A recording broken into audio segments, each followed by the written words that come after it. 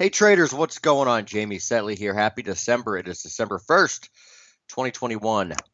And again, Jamie Saettele here with Scandinavian Capital Markets and SB Trade Desk. And we had a very interesting finish to the month yesterday. So you should have up my charts here. We're going to start with DXY. This is a weekly chart. Over Thanksgiving, it might have been actually the Wednesday, it might have been a week ago, last Wednesday. And I put up this chart on Twitter, actually. I obviously been sharing this with our community at SB, as well as at Scandinavian Capital Markets. But I put this up on Twitter and said, be sure to watch this over Thanksgiving. So sure enough, we nailed it. The high, if I zoom in to this, you can see we had a big weekly, I wouldn't necessarily call it a huge reversal. It was more like kind of like a doji candle, right? But we did reverse from that level, nailed that high right up there at like 96, 94. And here we are this week trying to follow through on the downside from that little reversal candle. So if I zoom in, let's go to 4-hour chart. So here's a 4-hour chart. And again, we've got this channel too back to the May low, right? And you can see we kind of overthrew that channel and then came back into it. And pretty simple here. I mean, sure, you could have a huge top up here. Hold on for 1 second. You have a huge top, but deal kind of in the present right now. You know, I'm looking lower generally, right? I mean, this right here is essentially like in like 30 minutes. This is yesterday, Powell, when he, what do you say, disposed of the word transitory or something? I don't know. But yeah, we had that huge spike in the dollar, and then we've pretty much retraced it. So looking lower, right? Generally speaking, kind of like 94.50 down here, lower channel line, former resistance. You've got two legs down from the top at 95.20, and that's also the high here from, I guess, what was that, like November 11th, 12th, something like that. And that could be kind of a bounce level. But generally speaking, we are looking lower in the dollar. And that actually, I brought up this Powell thing yesterday. That actually brings me to something else I wanted to share. I don't think, maybe it's over here. Yeah, it is. Okay, so this is DBC. This is as you can see, the Invesco Commodity Index Tracking Fund. Now, commodity ETFs are terrible. They suffer from all kinds of, like, you know, the roll, so you're in the expense fee and everything else. So they're not really great vehicles to trade, but just for purposes of making this chart, I thought I'd bring it up. So again, how many times have we heard over the last, you know, 2 years almost, I mean, not quite 2 years, but say a year and a half, right? That inflation is transitory, right? They finally capitulated. They gave up yesterday. Powell said, okay, inflation is not transitory, basically.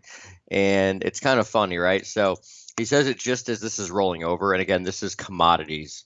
So I don't know.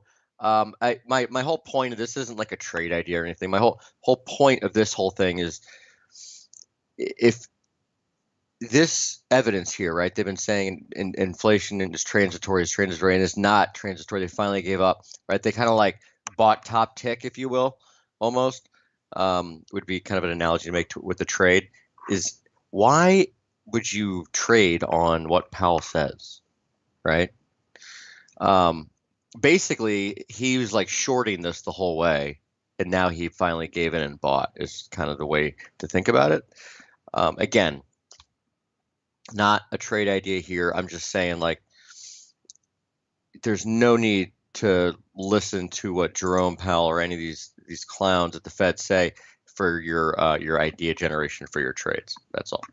All right, so moving on. Let's go to Euro.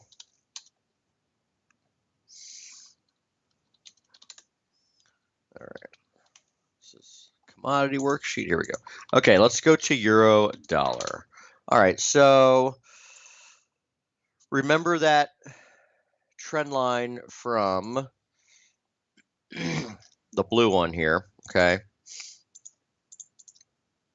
That was the May 2014, February 2018 highs, and then we broke above it back in 2020, August 2020, and we actually came back and tested a couple times, including the election of 2020, and we tanked during Asia back on the 17th of November, and then we ripped higher, and I thought that was actually kind of it. It was just perfect, kind of that classic flash crash during Asia deal. Well, we obviously went and made new lows, and then bottomed here right before Thanksgiving, and then we had the whole shenanigans here with Powell again. This is basically just DXY, the inverse of it. So to me, kind of got this idea that we're basing. That's what it looks like to me. We're basing around this longer term line, and equivalent levels that we just looked at for DXY for Euro. Essentially, we're looking up towards, say, 115.50. Again, trend line, former lows. Let's call it 1525, 1550. You got a fib extension up there. 2 equal legs up, 1430. It's also the lows here from the 12th. Basically, we probably want to see support around 113, right? We're trading 113.30 right now. 113 is the weekly opening price, actually. Another thing on this 115.50 level. So this channel that you see drawn in here, right? That lower parallel line, once we get back up to it, that's actually where you would expect resistance anyway. So again, bigger picture stuff, withstanding their implications from that, from the bigger picture stuff, this is actually where you'd expect resistance anyway. So looking towards 1550. And I actually want to bring in a couple charts from yesterday's this is the update. We got triggered on a euro long, by the way, at I guess 1310 or so this morning. So all right, this is Euro weekly chart, and this was posted yesterday. The magenta bars here. So a lot of times I'll show charts of futures volume, right, with the reversal stuff going on. That those reversals have price-based reversals, but also with a volume component, right? This is just a price-based reversal. So what it is you essentially have a volatility filter. You have to have a range big enough for it to be deemed significant, and then you're trading at a year high or a year low, and you can see that we've had some pretty good signals. To be sure, like, there are plenty of false signals, right? You also get some pretty good ones. And I like the fact that we have the level, again, that trend line. Sentiment's gotten pretty dour too on the euro, bullish on the dollar. I don't have these numbers, but I think I saw somewhere where, like, we were in single digits with DSI, Daily Sentiment Index, for euro not that long ago. So yeah, just another piece of the puzzle here, right? All right, let's move on. Let's go to cable. So British pound. Again, you see these little circled levels here. This is the March 2020 high, right before the so-called COVID crash, if you will, right? That was 132. Also the low here from December 21st of last year, 2020, that was also 132. And guess what? Yesterday's low was just about 132. And we got the bottom of a channel there, so too. So if I zoom in to this hourly chart, kind of like where that low is, I'm looking up towards this 34.50 level. That's the center line, and it makes sense. It was resistance actually just recently. In fact, I guess that was about, was that last week? 2 weeks ago, that was resistance. So that's where I'm looking towards in cable. I do like the euro setup a little bit better, but if you're looking to trade cable alongside, you probably want to see 32.50 support, not much below there. Let's stick with Europe. Dollar Swiss.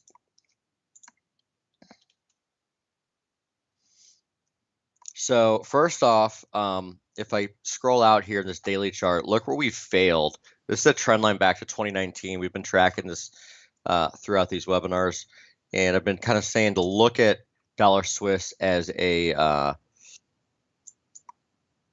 kind of the tell, if you will, for the dollar. It's actually been pretty useful. So we've had 5 down here, and that, that's something that I think is important to point out. Like, I hate the idea of backdooring trades, as they say, right? Like, for an example, that'd be like looking at dollar Swiss and taking my view, my whole view on the dollar, and then trying to apply that to like euro, right?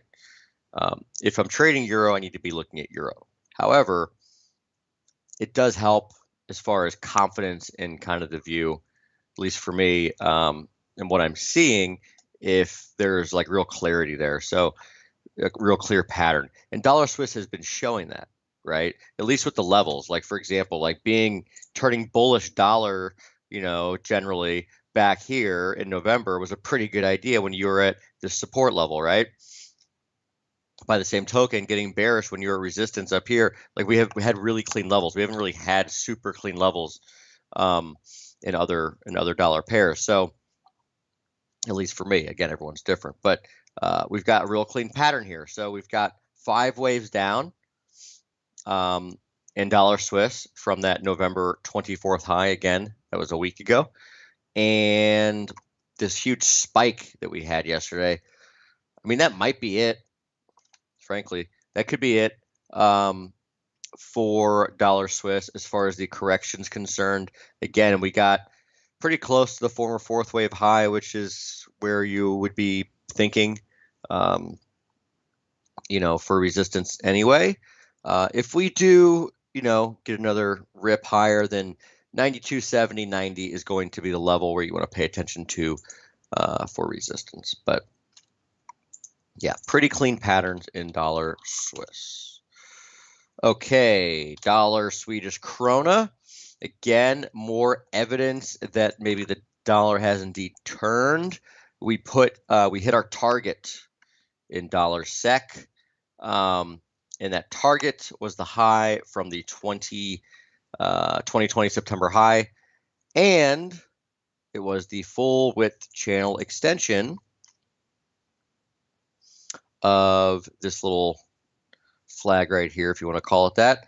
You can see, just draw the channel and then take the width of the channel, extend it, and there we go. Just for fun, I actually want to see where this comes in. And that's cool too.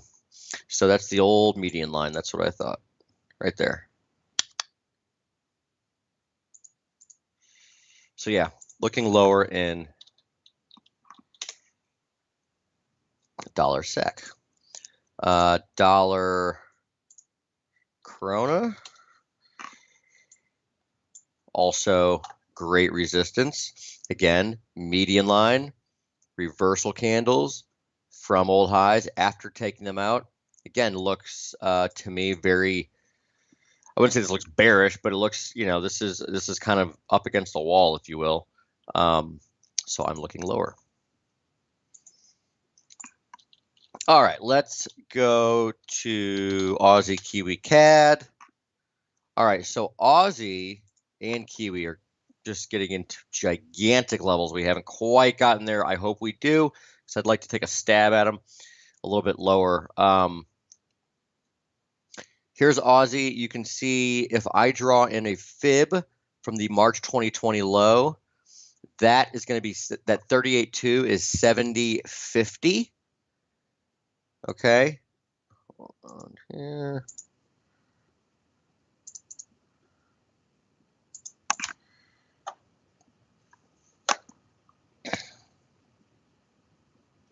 Yeah, is 70.50.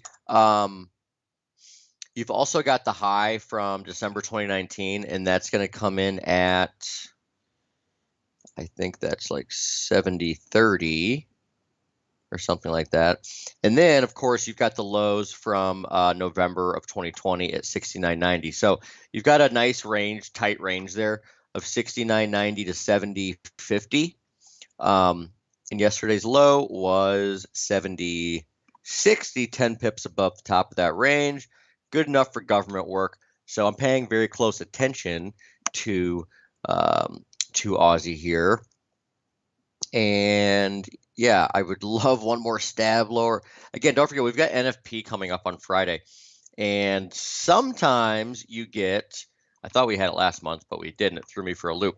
But sometimes we get a kind of a, when you have a prolonged trending move, which I would call this kind of the month of November, a prolonged trending move, kind of one direction the whole way. Sometimes you get capitulation of the underlying move on the NFP. Now, regardless, whatever the number is, right? Sometimes you just kind of get that final puke out.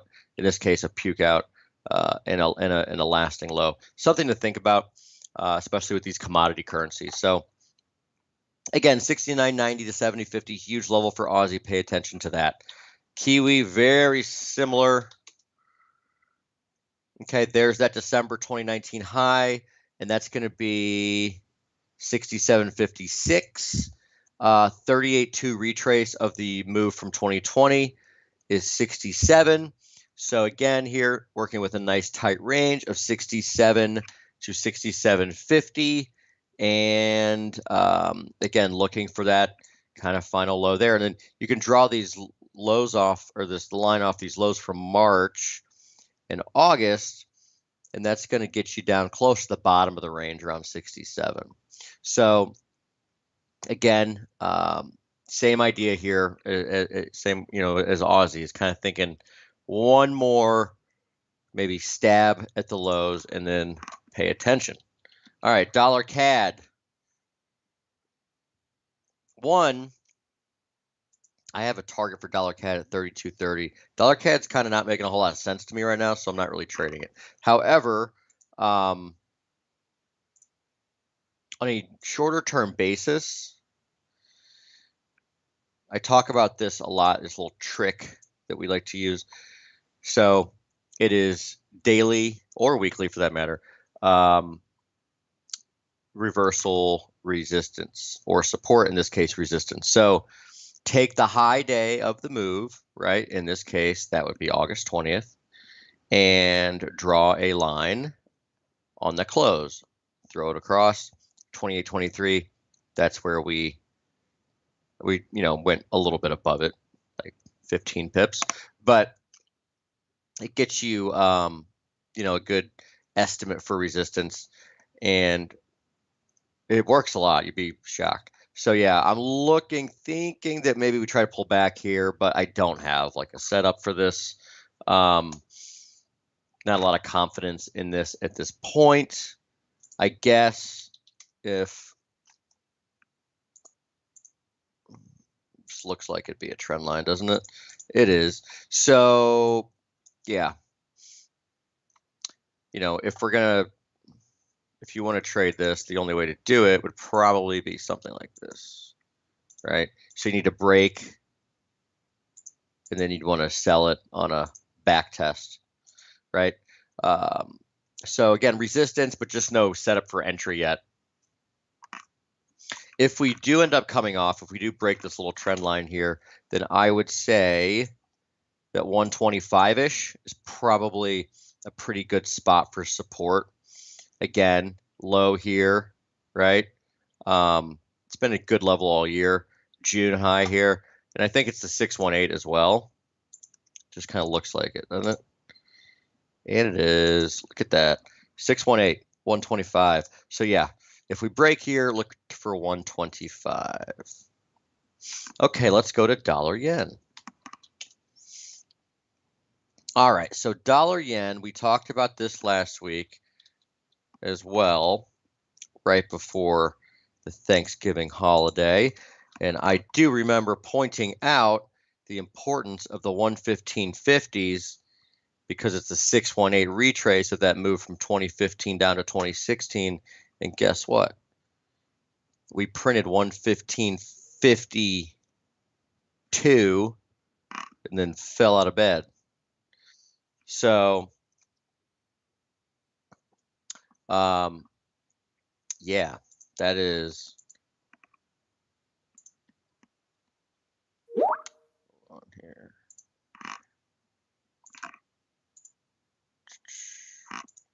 That's a huge level. Let me zoom in a little bit here. And anyway, yeah, huge level. And you can see the reversal here. Again, we have the channel too. So here's a daily chart of that. Here's the channel, right? Back to the March 2020 low. All these things originate from March 2020 as they should. And again, we had the perfect little channel resistance. We had a little, pop above, and then the world fell apart after a little Omicron variant came out. The whole thing's a silly joke to me. I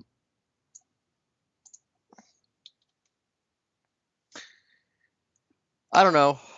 114 looks like good resistance, right?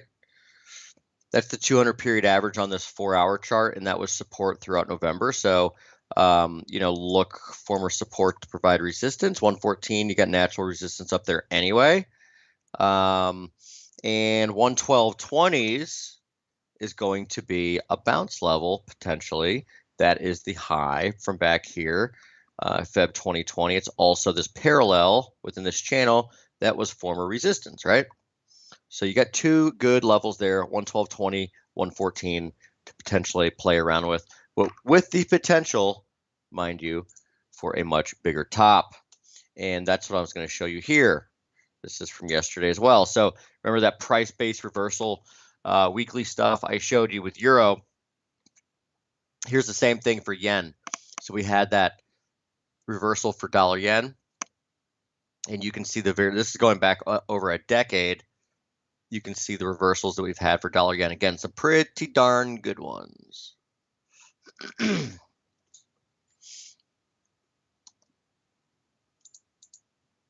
Okay, alrighty then.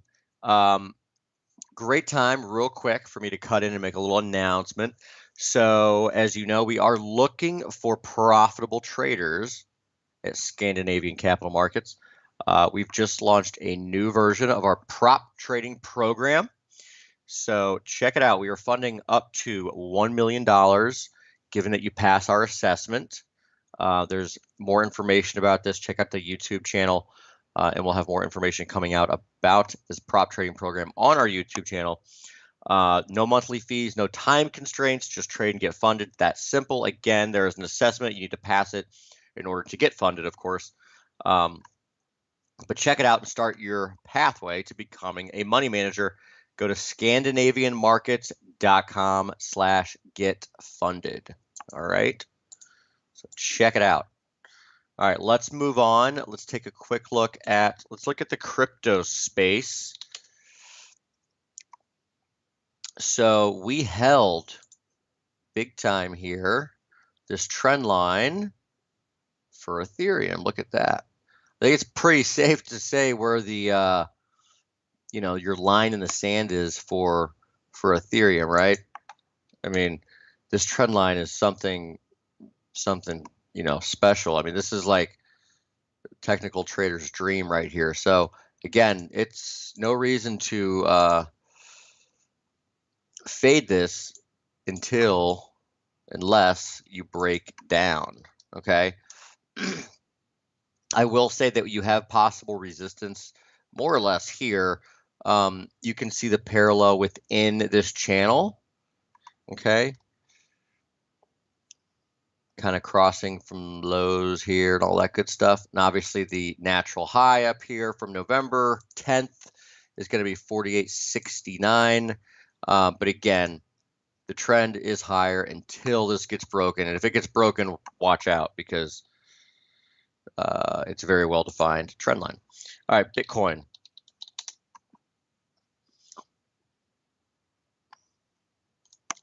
Also holding its trend, right? July, not as well defined as that Ethereum one. That's all the way back to March 2020. This is back to July 2021, but we are holding up. If we have resistance, in other words, if Bitcoin has made some sort of a high up here, and I don't know that it has, right? I'm not predicting that. I don't know. But if it has, then you're likely to see resistance near this kind of 62, 290 to 60. Let's just call it 63,000 area, give or take. Okay. Again, it's kind of a sticky area, kind of a magnet level, 618. And then you've got the upper parallel from a bearish fork up here as well. So again, if Bitcoin has put in a top, if it's in a bear sequence, and we don't know that yet, but if it is, then you're likely to see 63,000 or so provide resistance, okay? All right, let's go to some commodities. We've got some interesting things to look at there. This is gold, and I'm kind of on the hunt for a buy down here. One, we've got this trend line, okay,